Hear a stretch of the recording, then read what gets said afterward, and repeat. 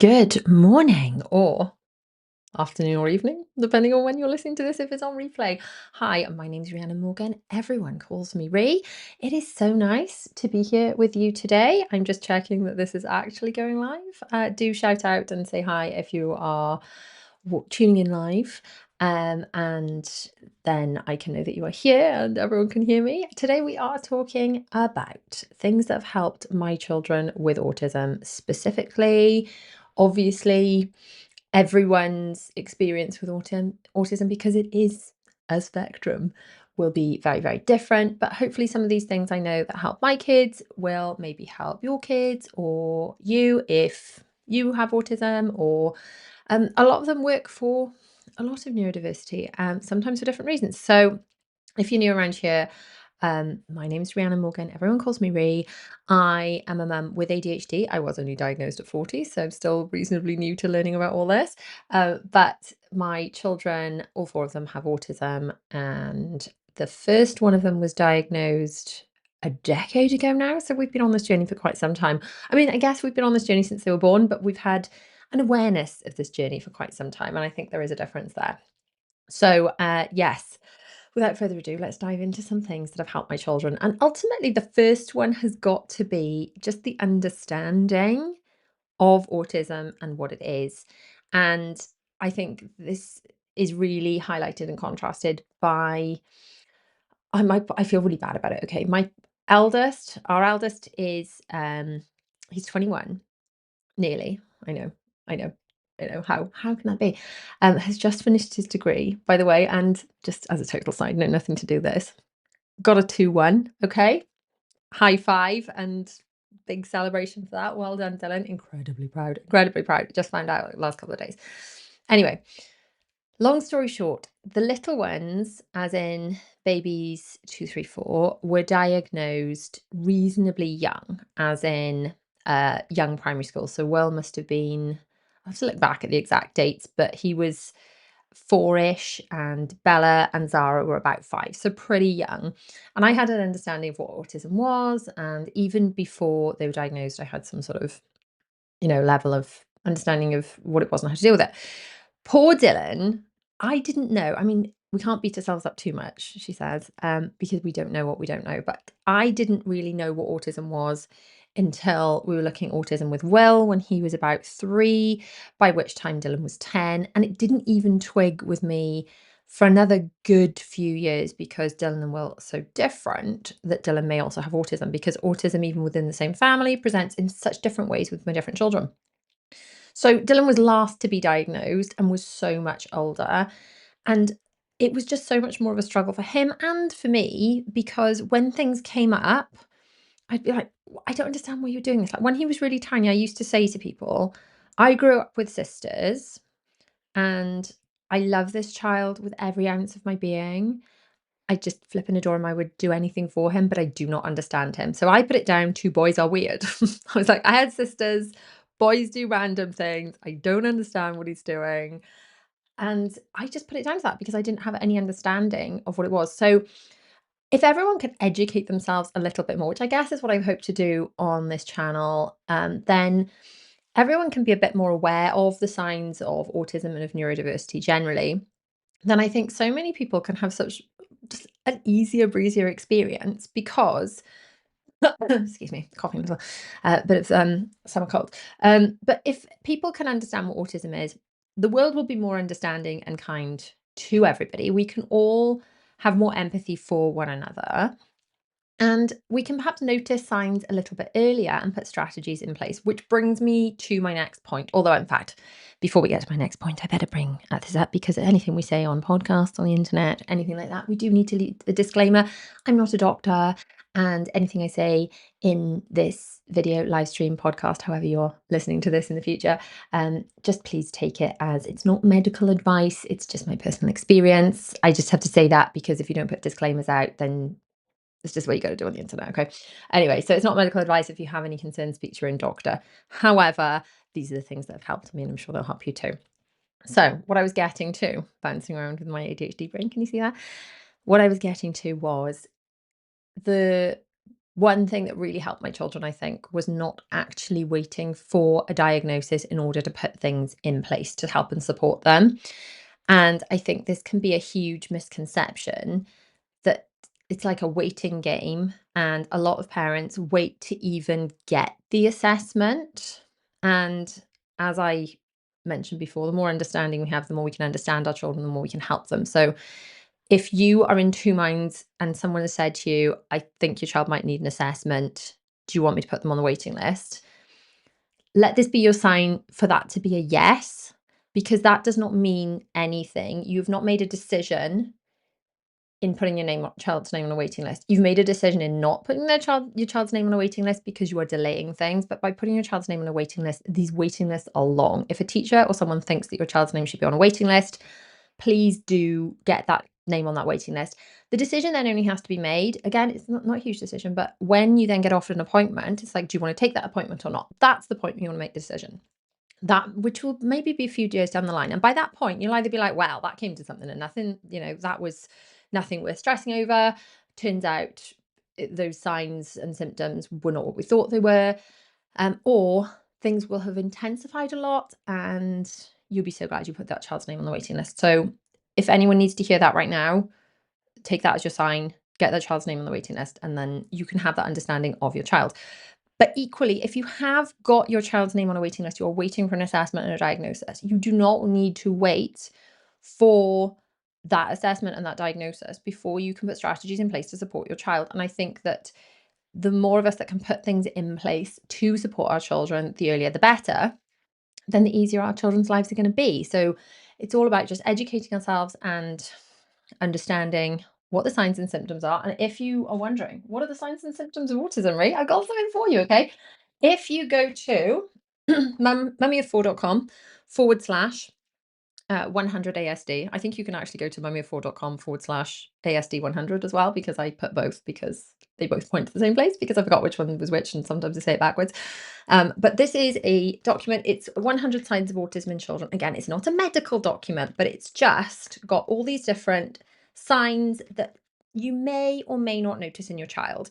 And the idea is, how you use this is you read through it and then you go through and you tick things off as you spot and notice them. And the idea is it empowers you when you are speaking to healthcare professionals to know what you should have been on the lookout for. Because one of the big things that I found so challenging when my children were being assessed is not knowing what to expect in those questions I was going to be asked, and then feeling totally blindsided and being like, oh, I'd prepared to answer questions about this. And you've asked me, the one that comes to mind is, does he bring you things? And I'd be like, oh my gosh, I just remember being so put on the spot and not knowing if my child brought me things, and just felt like the worst mother in the world because I didn't know, I just hadn't thought about it. And then I couldn't think of any examples off the top of my head. I just felt awful. So anyway, hopefully this will help you so much. I will send you that via email if you just put your email address in the box. That's mummyoffour.com/100 ASD. And then I will also send you some videos into your emails that will definitely help and support you in your journey as a parent of a potentially neurodivergent child. So things that really helped, I'm going to go into some actual specifics now, but really the understanding and then the not waiting to implement things are two absolutely huge things. And if you just take one thing away from this little chat today, whether you are joining me live, in which case, thank you so much. I know I can see some comments coming up. I'm going to kind of stay in flow and try and get through a bit more, but I'm definitely going to read through your comments and answer any questions you've got in the comments. So stay tuned for that. If you're catching up on replay on the YouTube channel, then obviously please join the conversation. Let me know a bit about you, about your family. Have you got children who are on the spectrum, who are waiting for assessment? What are your challenges? Let's all, support each other and get to know each other in the comments. If you are listening on the audio only podcast version on the go and you want to join the conversation, then I will try and remember to link the specific YouTube video below and you can kind of join the chat there. Okay, so a few things that actually help. And in fact, I've got some more stuff for you. So some of the things that really help my kids are routine and knowing what is coming next. And this can look like so many different things, but ultimately my kids thrive on routine. I think a lot of, obviously I'm just speaking from my experience. If you know one person with autism, you know one person. I have 4 children with autism. I also have a husband that, is so far undiagnosed, but we need to work on that because, I think it's pretty pretty agreed between us that he also has autism. There are a number of family members that it seems now clear as day also have autism. So in my experience with these people that I know, either diagnosed or undiagnosed, routine seems to really help them just feel like life is predictable and therefore I feel safe and therefore things are okay. Incidentally, I do really well with routine because it helps me to stop forgetting things because my brain is like a sieve. One totally adjacent example I'm just going to feed you right now before we get back on topic. My kids love routine because they know what's coming. It makes them feel safe.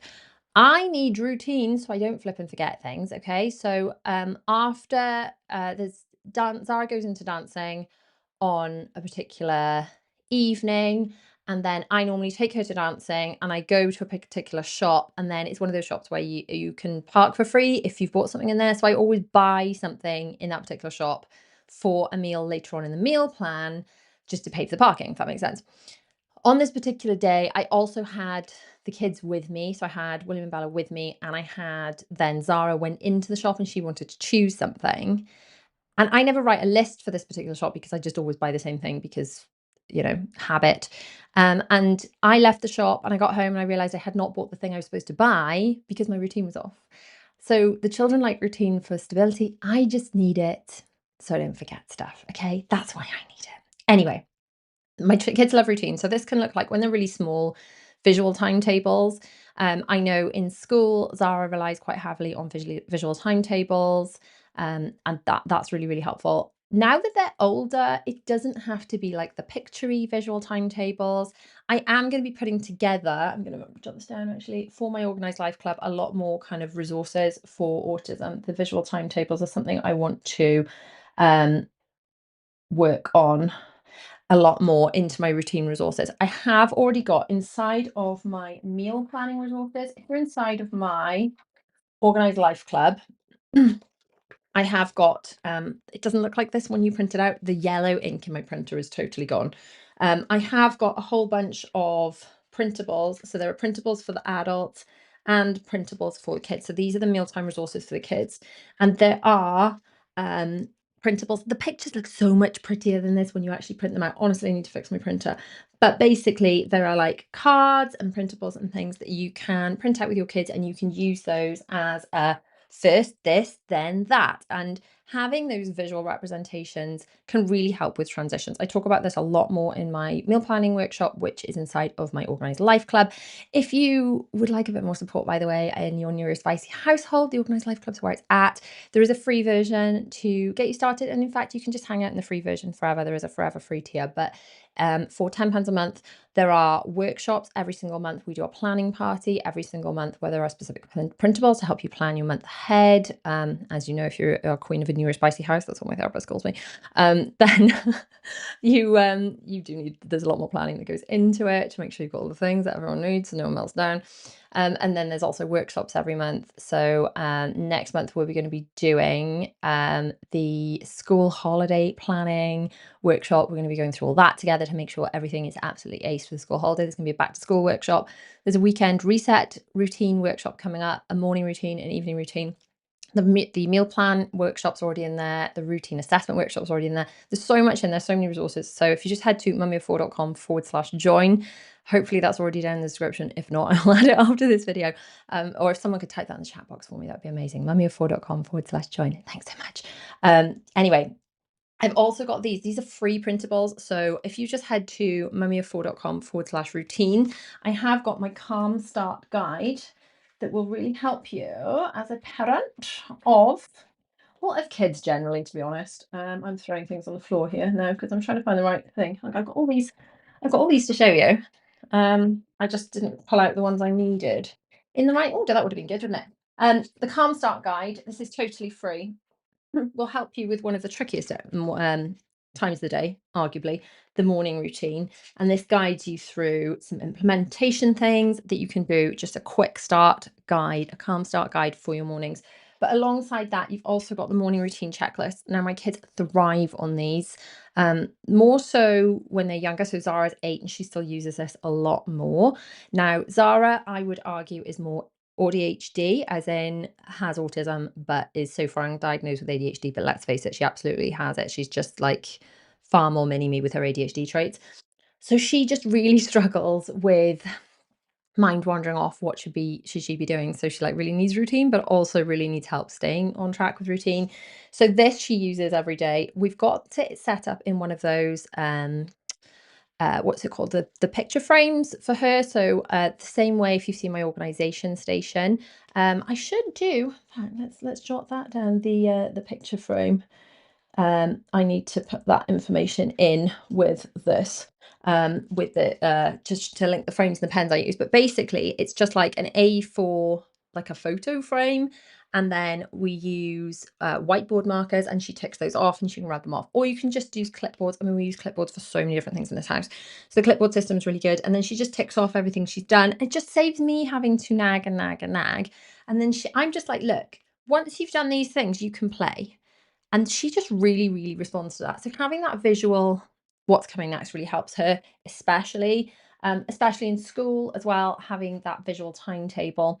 And then just for the older kids, I mean, Zara can read as well, so it helps her too. But we have a family calendar that is an online calendar, so they can access from their devices. They can see what's coming up. They can see when they've got swimming. They can see when they've got whichever activities. They can see when we've got other things going on. I also involve them in the planning quite a lot. So I don't sort of get into the weeds of it with bothering with them with the planning, but I like to keep them updated on what is coming up. My kids do not enjoy surprises, okay? If you know, you know, we have a very Disney obsessed family, and I see so many like, we're going to, they picking the kids up from school and like, we're going to Disney now. And the kids are like, oh wow, I love Disney. It's like, would you like me to do that? And they're like, no, please don't do that to us. Do not do that to us. We would not enjoy. So part of the fun for my kids is the planning, but I think it's just because they feel so safe and secure to know what to expect. For me, I think I need the planning, partly for my ADHD brain to make sure I haven't forgotten anything. And also, I need the planning for them. You know, I need to know what's going to be in a place we're going to be going to. I need the spoilers so that I can make sure they're okay. I figure, I mean, I can't remember when was the last time I did anything by myself. I'd probably be cool with like spoilers and enjoying things as they came up. However, my kids need to know this is what it's going to be like. And then they just enjoy things more. They enjoy things more. The anxiety's gone. So, from a day to day point of view, um, William is now in secondary school. So, obviously, he's got the same timetable every week. And that's just great. And as they go through the school, that more structured day really, really helps to support them. When the children were in the infants, I think Sarah was just still in the infants, they brought in this thing called the rolling snack, which totally spun her out. They basically decided that the children, they went through, it did not last long. It was like a phase where they decided they were going to bring in this, the children can kind of run their own days, and it was all very like flowy, and they can decide when they want to play and they can decide when they want to go for snack. And I was just like, wouldn't they all just eat their snack as soon as they get to school? I mean, maybe. But ultimately, Zara didn't like it because she didn't have the structure. And I understand why they brought it in. It was designed for children that were anxious because they couldn't finish their working time or whatever, and just trying to adapt to everyone's personalities. But ultimately, rolling snack did not work for my children. So when the girls moved to the juniors, there was a lot more structure naturally. And what the schools have managed to do to support the children is just give them more notice of what's coming up. The days that my kids really do struggle, probably with the girls more than Will, he's a bit more chill now, but are days that are different and deviating from routine. So non-uniform days are a bit more stressful than uniform days. The days where they've got to dress up as something totally spin them out. And one of them, like for example, they were told they had to wear old clothes because they were going to be painting something in school or getting mucky.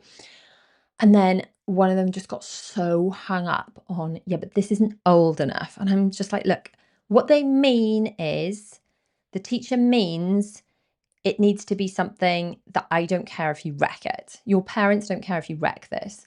They're like, yeah, but it's not old enough. But my old clothes you recycle because they were too small for me or whatever.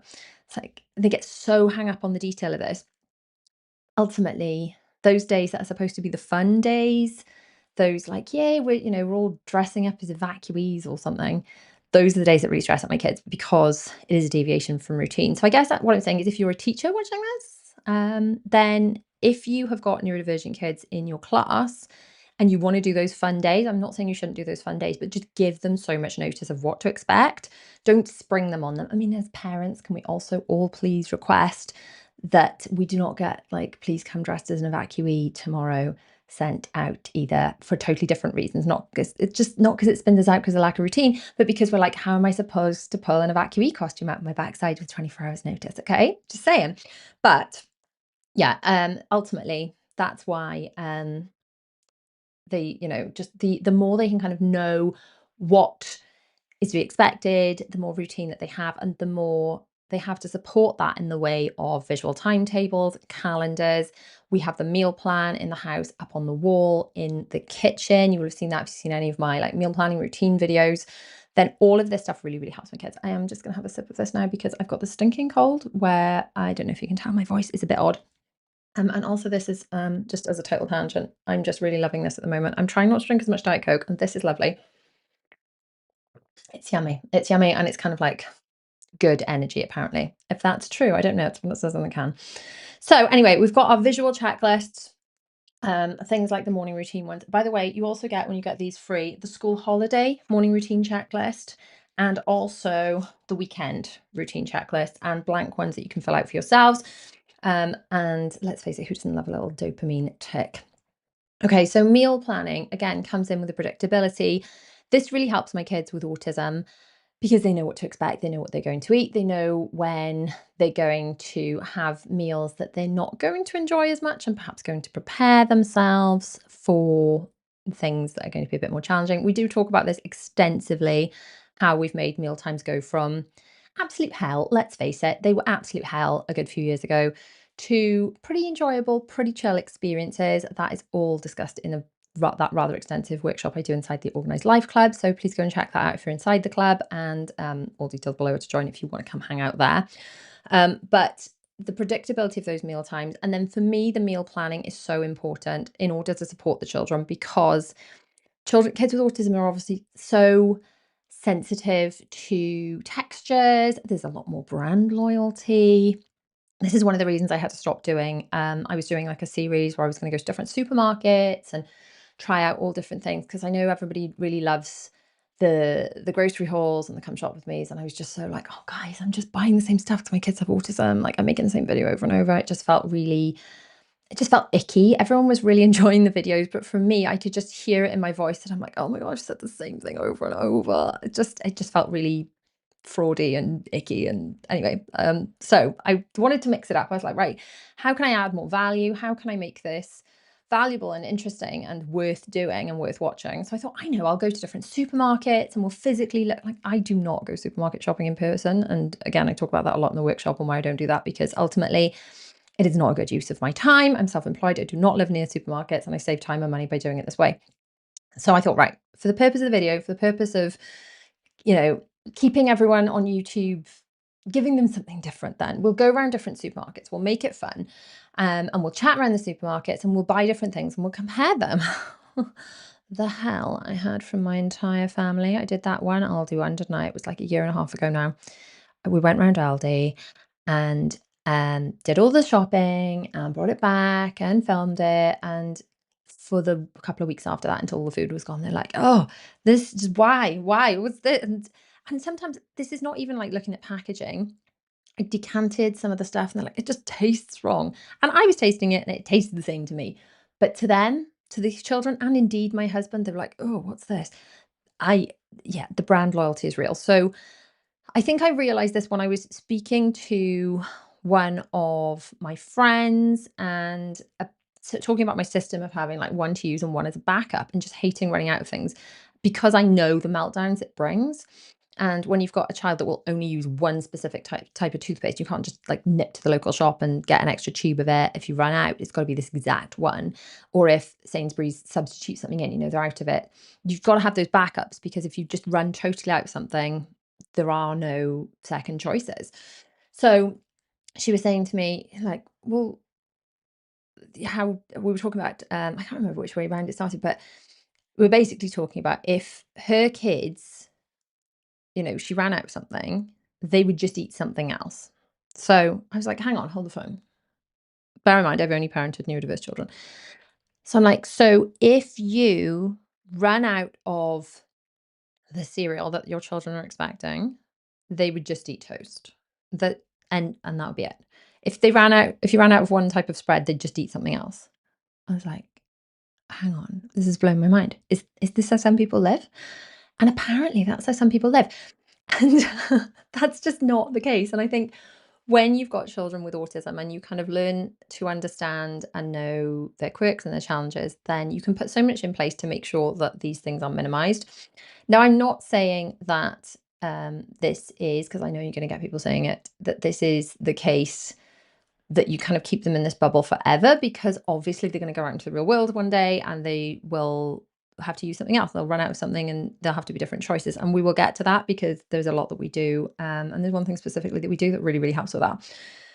But ultimately, if you can have the right things, the right brands, the right foods and things, and they know what to expect, and you've got plenty in stock and you're not running out of things, then that really, really helps them.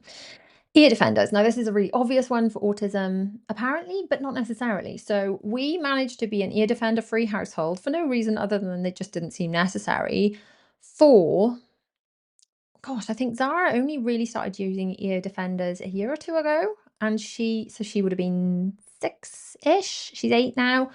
And, you know, we've had kids with autism. Well, I've known about having kids with autism for a decade. I've had kids with autism their whole lives, and they haven't needed ear defenders. However, I think that each of my children has very specific struggles, and not everyone with autism struggles with the same things. Some people, for example, Will, okay? Will, who when he was 3, I'm sure he won't mind me saying, was adorable and the most stinking cute child you'll ever meet, but challenging, like so challenging. It was literally only me that could look after him and keep him happy because nobody else knew his exact quirks and could keep him happy. He is now, I would probably say, of the 4, touch wood, because he's 13, so this could change at any minute, the easiest, the one I worry about the least at the moment, touch wood. I feel like we need to like do some I don't know, some Lucky Charm thing now to make sure that doesn't change, some touching wood. But yeah, at the moment he probably faces the least challenges currently. I understand that everything changes as they grow. But yeah, anyway, so Will, pretty easy breezy. He does not struggle with the loud noises and the flashing lights as much. Queuing for things or being late for things, especially for in theme parks. Oh my goodness. And I actually said this to him. We're standing in the queue for a scare maze. Okay, so we were in Alton Towers at Scarefest, which some of the scare mazes were freaking horrific. Okay, like I could not sleep after them. I was thinking, oh, have I done the right thing letting him do these? He did use me as a human shield for most of them, other than one where he almost pulled my arm out the socket. But we're queuing for one called the Attic, which was really eerie just in the queue. And we went in and it was absolutely terrifying. Okay, just terrifying. And I said, turned to him and said, wow, well, this stuff just doesn't phase you, does it? And you're really enjoying it. And he's such a theme park enthusiast and he loves it all so much. And it's what he wants to do when he's older. And so he lives and breathes this stuff. But the girls just would have hated it. I said, the girls wouldn't even like the queue bit, would they? He's like, no, they would not like it. And I said, it's so funny, isn't it, how that stuff just doesn't bother you? He's like, no, doesn't bother me at all. And I said, however, if someone said to you, if we said to you, you thought you were going to be in the theme park for, like, we had tickets for the first Scare Maze at like 9. If I said that we're going to be late for that, we're going to miss it. And he said, self-aware kid that he is, the world is ending. And it was just like, yeah, he has that self-awareness to understand himself and to know that he's going to struggle with that and to know that that would cause him to melt down and to know that like that might not seem super logical, but to know that's how he's going to react. And honestly, I guess this just brings me back to having that understanding of themselves, which I will keep coming back to time and time again. And I can explain the difference it's made to me in having an ADHD diagnosis. I can just be more kind to myself. I can stop beating myself up so much. Blah, blah, so much. I can sort of be forgiving of myself when I'm like, why am I, not be so, why am I so disorganized? Why am I forgetting this? And just understand, like, this is just how my brain works. I have a lot of things I'm very good at. Oh, gosh, choking on air. I have a lot of things I'm very good at. I have a lot of strengths, and I have some things I find challenging. And having that understanding to be just like, this is how my brain works. It's almost like, am I an American plug, or am I a European plug, or am I a British plug? Like, they're different shapes and they work in different ways. Ultimately, they all provide electricity. They just work in different ways. And trying to shove your American plug in a UK socket is just not going to work. And just knowing, like, this is just how my brain works, and therefore I might need an adapter to be in certain situations. That's quite a good analogy, actually. So yeah, ear defenders, Zara uses the most. She uses them quite a lot. So we just bringing it back to what I should be talking about through my notes. Zara, who incidentally is the loudest of the four children, is most sensitive to noise, even though most of the noise comes from her. Take from that what you will. I don't know why that is. I wonder how much of an impact COVID had on this, because I know the first time we noticed Zara being sensitive to noise was after the lockdown. We went to the Lego Discovery Centre in, I want to say, Manchester. And it's the first time I'd noticed any of my children being really overstimulated by the noise. But ultimately, all the other kids had been brought up in noisy places. We'd already taken them out loads of noisy places, and there hadn't been any break in that. And they all lived in a very noisy household from being very small. But Zara had that break at that very crucial kind of young age, where she hadn't been going to activities and just noisy places, going to pick kids up from sports halls and all the things. And by having that break where everything was much quieter, going back into that noisier environment, I think she really struggled with. So I wonder if she still would have struggled so much with noise if she hadn't had that break due to lockdown.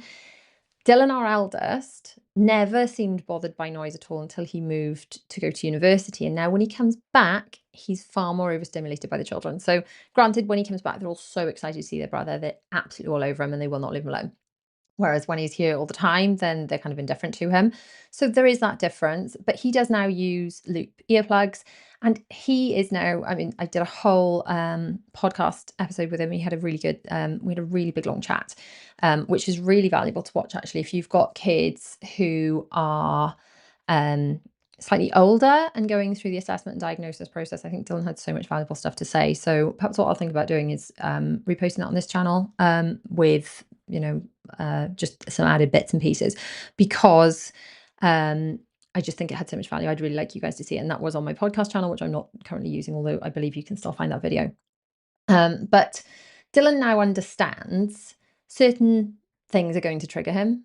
And he having that understanding, just he's so much sort of calmer. He's so much better adjusted. For example, my husband went to meet him in uni for something. I think he just went to visit, or he was like up that neck of the woods. Anyway, so he just went to visit. And there were two Nando's in the town where he's in uni. And they went to one Nando's and there was a queue. So they had two choices. They could queue for this Nando's they wanted to have, or they could walk to the Nando's, which was kind of the other side of town. Now, it was going to take longer to go to the other side of town than it was to queue in the Nando's. But incidentally, they chose to go to the other one because they could not abide standing in that queue. They couldn't do it. And Dylan turns to my husband, he's like, "Oh, two autistic people just can't stand the queue, ha ha ha." And he's like laughing at it. But he just has this self-awareness, knowing he's not going to cope with that. He knows if he goes into a really busy shop, he's going to get overwhelmed and overstimulated. Needs to put his, he's got those loop earplugs, and then he uses those, and he feels so much better.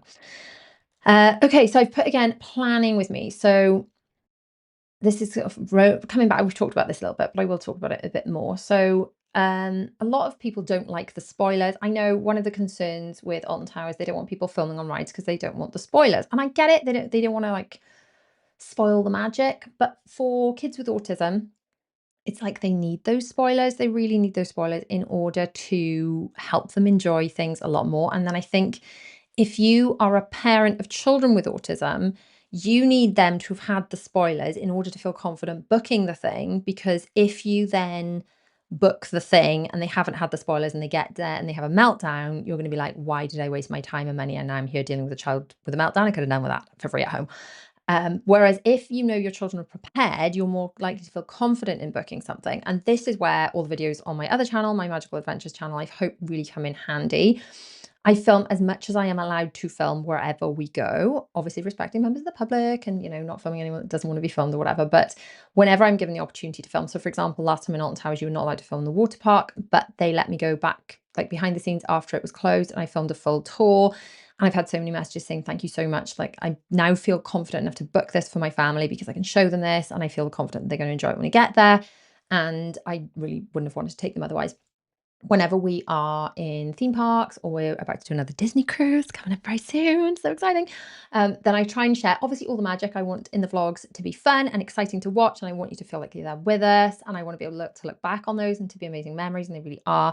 But I also want them to be super helpful with jam-packed full of tips if you're actually planning trips for yourself, but also I want them to be really helpful for your kids if they have autism, like mine do. I want them to, like, I'm making them with my children in mind, thinking, I want this to be a helpful video for other kids like mine to be like, okay, I know where I'm going now. I know what it's going to be like. I feel like I've been there because hopefully in the video, whenever I'm trying to film, I'm always trying to film like a bit of myself, a bit of like B-roll of like where we are and trying to set the scene and show how it is getting from one place to another and just use the right atmosphere music to set the tone and the mood. And I want people to feel when they're watching the videos that they know what it's like to be there, because I know that that helps my kids so much and hopefully it helps other children. So the next thing that really helps my kids with autism is scripting things out. And I think this can probably help a lot of kids. And this is just using certain phrases and teaching them certain phrases they can use in certain situations. Now, I think certain phrases and things and scripting can be helpful with all kids. And to be honest, I'm not sure that anything I've said so far that wouldn't benefit neurotypical children as well as children with autism. So if you want to implement any of this stuff, I can't see it's going to do any harm. Is it all necessary if your kids don't have autism? Probably not. Will it do any harm if they don't? No. So just, something to think about. So if you're not sure, does my kid have autism? Do they not? Try some of these things. It's not going to hurt them. But scripting things out. So for example, I teach my children to say, if anyone is doing anything that's making them uncomfortable, and this could be down to like being tickled or something that like is sort of a fun roughy tufty thing. I had to say to the children, like, if daddy's tickling you and you don't like it, you say no, respect my boundaries, because I want them to be able to say that to us. If they can't even say that to us, their parents, then how are they going to be able to say that to other people when they're in an uncomfortable situation? How are they going to be able to say that if someone is touching them in a way they don't want to be touched? They need to be able to say, no, no, this is my body. No, thank you. We're not in an age now, like when we were kids, we were made to like kiss gross old aunties we didn't even know or recognize. We're like, no, no, thank you. I'm not comfortable with that. So we teach them to say, no, respect my boundaries. That no is a complete sentence. That, these things. I'm trying to think of some more examples off the top of my head now. We do have so many of them. But a big one is trying to teach them to ask for help when they need it. So with support when we are out and about, I try and encourage them to ask to go and get the bill, or if they want ketchup, or to order their own food, or could we have some more serviettes or napkins, please? And we, say, look, what you have to say is this. And then you practice saying it, because I think a lot of kids are very, what William refers to as socially awkward. I had to say to William, there was a parcel being picked up from the the mailman, and I said, look, I am just getting out of the shower because I'd like worked out early, so I showered really late, and it was on the weekend. I said, all you need to do is just open the door and say he'll ask for the parcel, and you'll give it to him, and then he'll scan the thing, he'll give you a little thing, and you'll take it off him. And so he did that, and he's like, well, that wasn't socially awkward at all. So I think kids these days, just a lot of them struggle with social interactions like that. So just giving them safe spaces to practice these things, encouraging them to have little scripts of things that they're supposed to say, the basics. So for example, you pick on poor Will again. He would phone my husband. I'd say, like, phone daddy and ask him what time he's coming home or whatever. So whether he's picking you up or I just phone daddy and ask him for some sort of information you need. And he would just phone, ask the question, and then hang up. So he's like, he got the information he needed. So we're just teaching him, well, actually, when you ring someone, it might not come naturally to you, but when you ring someone, say, hi, how are you? How's your day? And then launch into what you want. So at least you've shown interest. And yeah, does it sound a little bit robotic sometimes? Maybe. But is it what you're supposed to do? Are we teaching children to do these things that don't necessarily come naturally, but are helpful to kind of get by in day to day, this kind of world that's not necessarily set up for neurospicy people? Yes, teaching them some scripted things can be really helpful. Timers, super duper help. So you've got this much time left for this activity, this much time left until bed, this much time for reading. So we use timers a lot. We just use them on an iPad now, but I did used to have a big time timer before they could read, which physically it was like an egg timer, and the red bit on it just disappeared, and then it kind of, you could see how much visually as a kind of like a disappearing amount of time. So it was not numerical, but now obviously they just like use numbers. But alarms really help. Now, alarms help me because I have ADHD time blindness, or apparently it's offensive to the blind community to say time blindness. So, time obliviousness is what I'm trying to remember to say. But basically, my two modes are either clock watching or being late if I do not use alarms. I'm either like, I can't do anything because I'm clock watching in case I'm late, or I'm totally oblivious to the time. So I have alarms going off various times of the day, and they help me because they help me know what time it is and, when it's time to move on to the next thing. But I also have alarms for the children that's like, it's time to go down for breakfast, it's time for end of breakfast, it's time for shoes and coats. It's time to get ready for karate, all these things. And we have different songs for each one, and they're all uplifting songs to put them in a good mood. And then it's just nice because it's like, it's not me nagging you, it's the alarm, okay? It just takes the pressure off a little bit. Going back to what I was saying about routine and predictability, and while I try and give the children everything that they need and they want in order to feel kind of safe and secure, so try and give them predictability, help with the planning, all this kind of stuff. I feel that our theme park trips really help build resilience when it comes to changing plans, because they have naturally changing plans when ride closures happen, when weather happens. And we're teaching them to adapt to those things. So we like to plan things out. They like to choose bucket lists and things, but they always have like first, second, third choice of bucket list. Then it's like, do you know what? It's okay. If your first choice ride is closed, we'll do your second choice. If the weather means we've got to leave early, we'll go another day. And we kind of build these plans, but also work on the resilience for when plans change, which I feel is a really valuable skill for as they grow up. Performing is another one that is just so valuable for, all children. I could talk about this all day. The girls were just in a show, and I had, I believe out of the 9 little girls, only my 2 were diagnosed with autism. More than 2 of those girls were neurospicy, undiagnosed, but more than 2 of them were neurospicy. However, um, I would say that all of those girls learnt such valuable skills during that show. So they're learning teamwork, they're learning, working on things, but then they're also learning, do you know what? If something goes wrong, we can keep going, and okay, so we can adapt. And so they had this like a costume piece that was around their waist, and they had to like take it off and kind of throw it around throw it around in the air and then chuck it off. And one of the little girls, it got stuck, and I said, look, before the show, I said, look, if anything happens, if your hat falls off, leave it, keep smiling, keep dancing.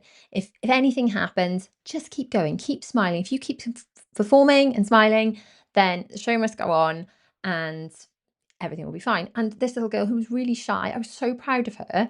She literally just like slipped out of like her cardigan was tied around her waist. She couldn't get the knot undone. So she just slipped out of it, kept going. So proud of her. But that lesson is so valuable because that can be applied in so many different places in your life. So, if you're doing a presentation as an adult and the computer goes off, you're not like, oh, I'm totally spiraling now. You're just like, right, fine, we haven't got any slides. We're just going to keep talking. So, yes, routine. Yes, setting the children up for trying to make sure I've got the food they like and all the routines there and all the things, but also teaching them resilience that can be taken into the real world. And then, of course, talking about autism in a really positive way is just such a valuable and important thing to do, I think, for everyone, but obviously especially kids on the spectrum with autism. So, and talk about this a little bit, and then we shall have a look at some of your comments. So in our house, excuse me, the way we talk about it And we've got sort of positive spins on the way we talk about lots of things. We talked in depth in the meal planning workshop, it's a meal routine workshop, about how we talk about food at the table. So make sure you check all that. I do feel that's a really important conversation to be had. But the way we talk about autism is kind of, I guess, going back to my plug analogy, which I just made up right now. And actually, I really like, I'm going to be using that some more.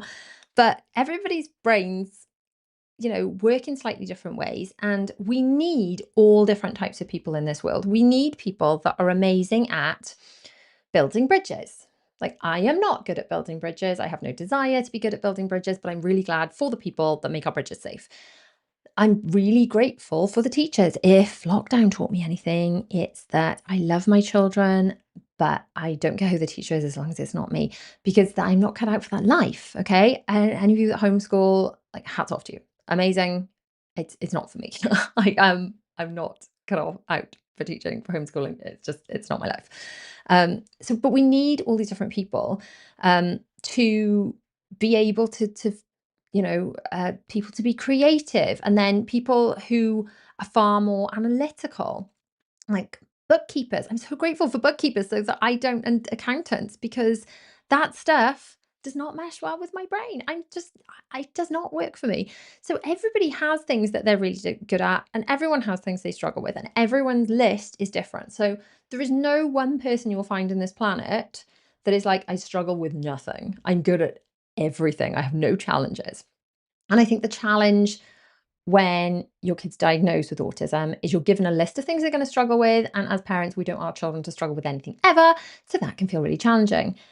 But ultimately, it can be empowering to have that list, because if you are just really shy, there's not really any help for that. You can identify it and you can work on it, but there's not really any support for that.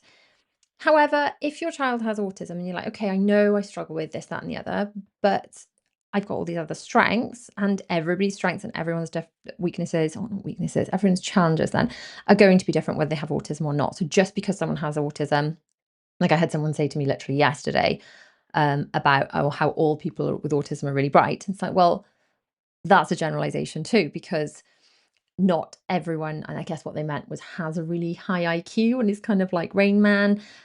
And that is a generalization and is not true. So not every person with autism has a very high IQ just because they have autism. Some people with autism are more academically uh, blessed then, and some are not. Just as some neurotypical people have a very high IQ and others do not. So it is, just because you've got autism, it doesn't mean everyone's going to have the same challenges, just as some of my kids are sensitive to noise and some of them are not. But by identifying, I struggle with this and I'm good at this, and knowing our personality type, like, I'm always a massive fan for, if anything we can learn about ourselves, it's going to make our lives easier. If that is learning about ourselves so that we can know which learning style, if we know we learn better by listening or by watching or by writing things out, the earlier you could learn that. Imagine, like, maybe they are doing this now, but imagine if when we were all in school, we were all given some sort of test to find our unique learning style, and we were put in classes and taught by learning style. So one class was taught to do things by, like, writing things out, and another class was taught by saying things out. Yeah, imagine how much easier learning would be if we were all taught in a way that we best learn, like knowing your love language. If you know your love language and your partner's love language, then you can be aware of your needs and you can meet their needs better. So this is, knowing whether you have autism or not, is just another one of those things that you can know, okay, this is what I'm struggling with, and this is what I'm really good at and I find really easy. And the example I use with my children is because my kids specifically, and I think this is why this person yesterday was like, oh, people with autism are really bright. So, well, my children are, but it's not necessarily because they have autism, if you know what I mean. It's just they happen to be quite academically gifted then. Um, but the example I use for them is, how you don't struggle with maths at all? Well, some people really do. Okay. Some people are just like, maths. Ugh. And to be honest, although I never super struggled with maths, I always really struggled to tune into it. The same way I struggle to tune into directions. If you give me directions to anywhere, I literally sound, it feels like I speak in a different language. I'm just really struggling to listen to you. But I say to them, so some people really struggle with maths, and you find that really hard to understand why they would struggle because you just find it so easy and they just can't get it. And you're like, well, it's so simple. Well, some people really don't struggle with queuing. They don't understand why you would. Some people are totally unbothered if you switch the brand of cereal they're having. And everyone has their own challenges, and autism just describes your set of challenges. And being able to talk about it in that kind of way and understanding that so many people are on the spectrum and everyone has their own challenges and just not everyone understands what those challenges happen to be just really, really helps. So I'm going to have a little look at some comments. So Stacey Victoria says, my daughter shows traits at home, but not so much in school, apparently. Oh, this is a tale as old as time, isn't it? Oh, especially for girls. She's only 5, soon to be 6. I don't know where to start with getting her assessed. What would be your advice be? Thank you. Okay. Download my 100 signs of autism checklist, Stacey. That's mummyoffour.com/100 ASD. Send me a little DM or something if that's not linked below, or if you could, perhaps I'll just type that in the chat now. Let's just do that. mummyoffour.com/100 ASD. Okay, so I've put that in the chat. If you go there, put the details in the put your email in the box there. I'll send you that printable. There are a whole bunch of videos you'll then get where I talk you through all the different parts of the process. I've then got, which will really help everybody. This is my Autism Journey Journal. If you're inside of the Organised Life Club, this is included in your membership at the moment, or you can purchase it on its own within my store. And this is just guiding you through every step of the way. It is the one place. And to be honest, I would probably, I mean, I've got this just in like a folder like this to show you, but I would put it inside of like a binder like this. So this is my Organised Life binder. The starter pack of the printables for this is also inside of my Organised Life Club. If you just go to mummyoffour.com/join. But I would print out your Autism Journey Journal and stick it in a binder like this, because that way, every time you get an extra bit of paper, of which you will get a million, you can put them all in one place. You can keep everything together in one place. You can keep all the evidence. And then you work your way through the Autism Journey Journal. And I'm actually thinking I'm probably going to do a workshop again inside the Organised Life Club to talk you through this, like a starter. That's quite a good idea, actually. That's quite a good idea, where we just kind of go through the autism, like the where to start, and just do a really in-depth workshop about that. I'm going to write that down because otherwise I'm going to forget. Yeah, so basically what you go through that and just write down all of the information that you have and just use that as a central place to keep all of the information that you're going to collect, because you're going to have information from so many different people. And the thing I found really hard, maybe it's my ADHD brain, but there'll be such a massive gap between one appointment and the next. It might be a year. And then you're like, oh my gosh, what was even said in the last one? What was I supposed to be doing? And then you've got all of that in one place. You can read over it before you go into meetings. You can take that into meetings with you. You can take notes inside of it. You keep everything there. You just have evidence, evidence, evidence. There are details inside of the Autism Journey Journal of the kind of evidence you need to be keeping. You can speak through, obviously chat through it with your health visitor, with your GP, with your school, if your child's been seen through the school. But ultimately, it's record evidence, evidence, evidence. Anytime anything happens, log it down, write it down. And if it's not relevant, they'll tell you it's not relevant. But you're better off with more information rather than less. And then, unfortunately, it's the squeaky wheel that gets oiled. You've just got to kind of be on the case and very politely always be coming at it from thank you so much for your help with this. I understand how much you have on your plate, but this is my child, and I'm sure you understand that, this is important to me and I really need to get this sorted. But just keep nagging, unfortunately. Chloe says 2 years on the waiting list for oh, it's a painful, isn't it? For referral for my son for ASD and ADHD, and honestly, we're at breaking points of family. Oh, Chloe, big hugs. I've tried every resource available to me, but it's lonely to navigate. Chloe, just come hang out with me a bit more. We've got I've got the supportive community for you that we can kind of get through it. Transition seemed to be the most challenging trigger. Most meltdowns lashing out, but 95% of these times are happening at home. People just aren't always seeing what we're seeing. Oh, see, this is such a familiar story, where the schools are like, we just don't see it because there's so much masking in school, and then the schools aren't seeing it, and then they're like, we haven't got enough evidence to put them through. And so basically, if your child is disruptive in school, then the school are more likely to want to help because your child is being a pain and disrupting the class. If, however, they're pushing it all down and they're masking in school and then it's all coming out, it's just spewing out the sides at home, then they don't see it and they're like, oh, well, we don't see it. And then they're just more likely to focus on the children that are disruptive in school.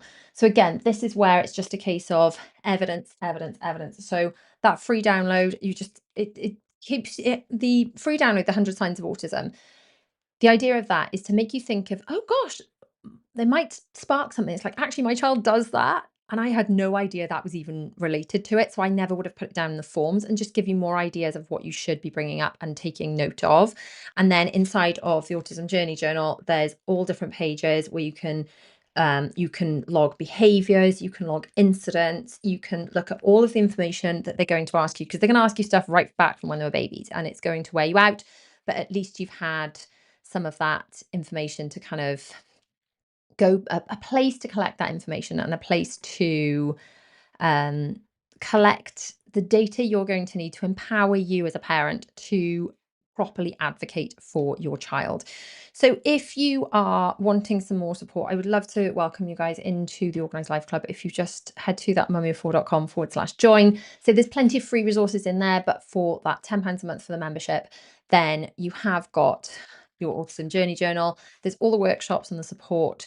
I'm thinking of actually just doing a monthly chat in there as well. And maybe looking at doing some Zooms, to be confirmed, but actually answering more specific questions and kind of going in more depth than we sort of have time to do on the podcast or on the YouTube channel, about specific questions and specific